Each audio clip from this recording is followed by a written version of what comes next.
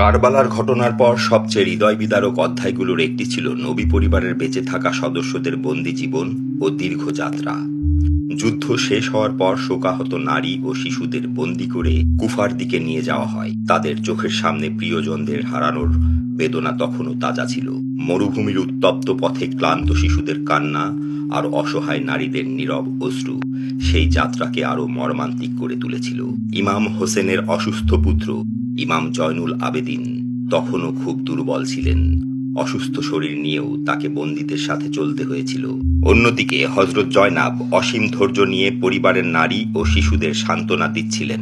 ভয় ও শোকের মাঝেও তিনি ভেঙে পড়েননি। কুফা শহরে পৌঁছালে বহু মানুষ বন্দী পরিবারকে দেখে কান্নায় ভেঙে পড়ে। অনেকে তখন বুঝতে পারে তারা বড় অন্যায়ের নীরব সাক্ষী হয়ে গেছে। কেউ অনুশোচনা করল, কেউ মাথা নিচু করে দাঁড়িয়ে রইল। হযরত জয়নাব সাহসের সাথে মানুষের সামনে বক্তব্য দিলেন। তিনি অন্যায়ের বিরুদ্ধে সত্য কথা বললেন। তার কণ্ঠে ছিল শোক, কিন্তু ভয় ছিল না। তিনি মানুষকে স্মরণ করিয়ে দিলেন যে ক্ষমতা চিরস্থায়ী নয়, সত্য একদিন অবশ্যই প্রকাশিত হবে। এরপর বন্দীদের দামেশকে ইয়াজিদের দরবারে নেওয়া হয়।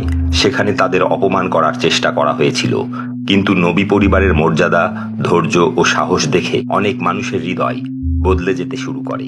দীর্ঘ কষ্টের সেই যাত্রা শুধু কয়েকজন মানুষের দুঃখের গল্প ছিল না, এটি হয়ে ওঠে সত্য ও অন্যায়ের চিরন্তন সংঘর্ষের প্রতীক। কারবালার বেদনা তখন মানুষের হৃদয়ে এক গভীর শিক্ষা হয়ে রয়ে যায়। সত্যের পথে দাঁড়াতে হলে অনেক ত্যাগ স্বীকার করতে হয়।